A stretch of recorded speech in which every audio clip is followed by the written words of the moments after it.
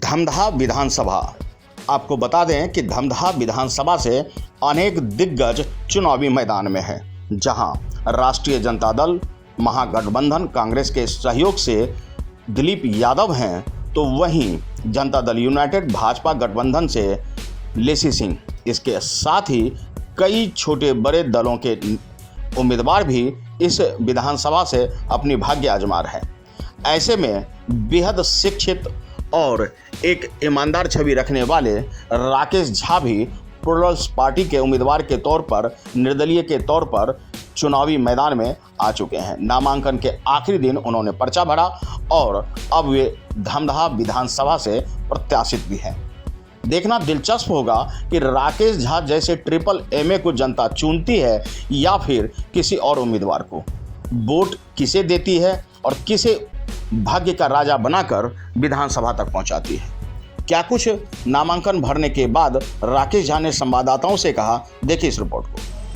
आपने Plurals party से धमधा विधानसभा से नामांकन दिया है, विधायक बनने आप आए हैं। धमधा के कौन ऐसे मुद्दे हैं जो आपके नजर में है, जिसे प्राथमिक तौर पर अगर आप विधायक बनते हैं तो उसे दूर करें? देखिए, मैं 3 मुद्दे पर मैं यहाँ पर मैं शुरू से फोकस कर रहा हूँ। एक, एजुकेशन भी धमधा में, दूसरा रोजगार भी धमधा में, और तीसरी हेल्थ और सुरक्षा भी धमधा में। देखिए, धमधा में अभी जो सबसे बड़ा मुद्दा चल रहा है, किसानों को उनका समर्थन मूल्य फसलों का नहीं मिला। ऐसा किसान कहते हैं।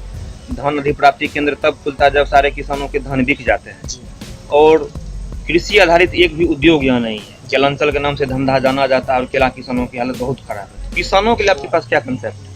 देखिए, मैंने कल भी अपने पार्टी के साथ जो बातचीत किया और मैंने जो प्रपोजल दिया था किसान के लिए, मेरे पास 3 सूत्री कार्यक्रम है।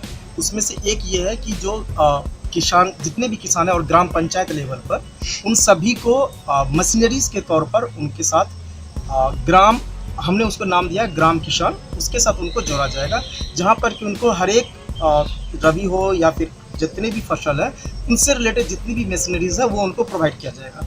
वो हुआ है मुद्दा एक।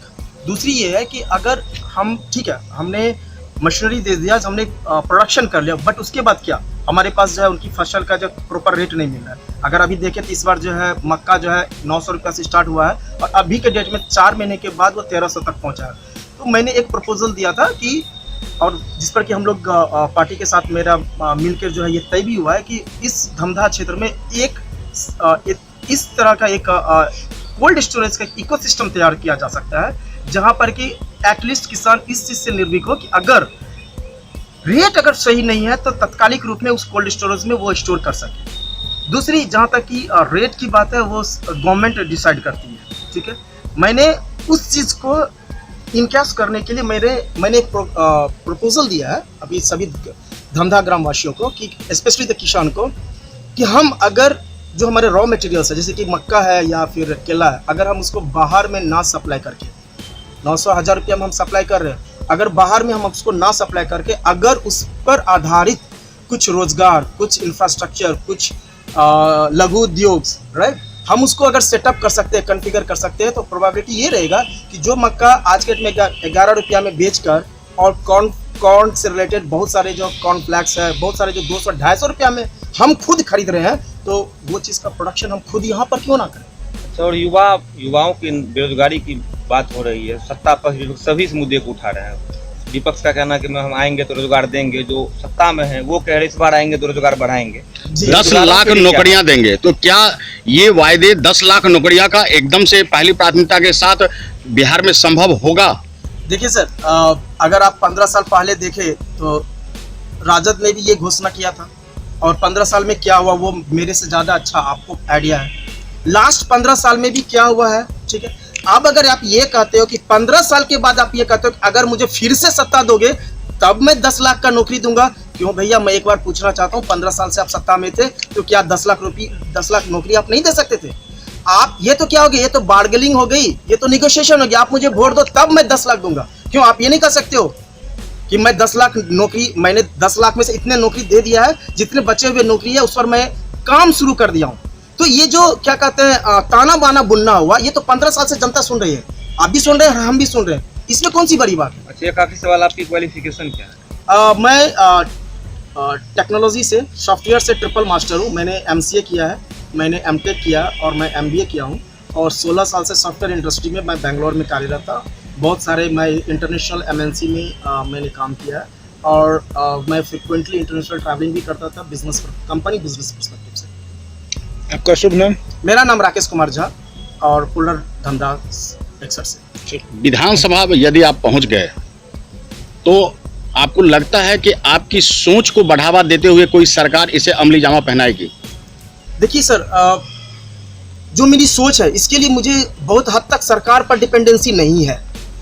मेरी जो डिपेंडेंसी है, मैं बार बार इसी चीज़ को दोहरा रहा हूँ, मेरी डिपेंडेंसी है सिर्फ यूथ के साथ। अगर मैं सत्ता में आऊँ या ना आऊँ, मैं MLA बनूँ या ना बनूँ, अगर अभी भी मेरे साथ यूथ है तो मैंने जो 3 चीज़ें मैंने बताई है, एक मैंने यूथ के लिए बताई कि मैं उनको सिर्फ 2 ही चीज़ का मैं प्रोमिस कर रहा हूँ। एक, या तो मैं कलम का प्रोमिस कर रहा हूँ या तो फिर मैं सैलरीज का प्रोमिस कर रहा हूँ, मतलब कि उसको टेक्निकल एजुकेशन का मैं दे रहा हूँ। इसके अलावा मैं उनको कुछ नहीं दे रहा हूँ, वो खुद फाइट करके ले लेंगे।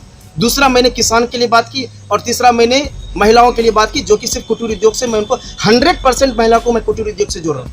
इसके लिए बहुत हद तक मुझे गवर्नमेंट पर डिपेंडेंसी की बात नहीं है। इसके लिए मैं खुद अपने यूथ के साथ में सक्षम हूँ। अगर हमारा यूथ, हमारे महिला और हमारा जो किसान भाई अगर हमारे साथ आते हैं तो मैं वो चीज़ को कर सकता हूँ।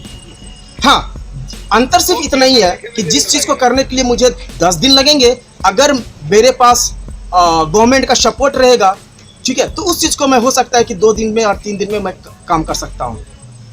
धन्यवाद। आपको बता दें कि राकेश झा तमाम जन जन तक पहुंचकर युवा पीढ़ी को यह संदेश दे रहे हैं कि शिक्षा का मूलभूत अधिकार सबके पास है, लेकिन सभी शिक्षित युवा, उन्हें रोजगार नहीं है और उनके पास कोई उद्योग धंधे भी नहीं।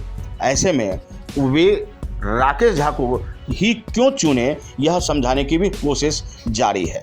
देखना दिलचस्प होगा कि मतदान के आखिरी चरण में 7 नवंबर को लोग किसे वोट देते हैं और किसे जिताकर बिहार विधानसभा भेजते हैं। कहीं मत जाइए, हमारे साथ बने रहिए और देखते रहिए अनुभवी आंखें न्यूज, क्योंकि यह आपका चैनल, आपकी आवाज़। अगर आपने अब तक हमारा चैनल सब्सक्राइब नहीं किया है तो सब्सक्राइब करें और बेल आइकन अवश्य दबाएं ताकि खबरों का नोटिफिकेशन आपको मिलता रहे।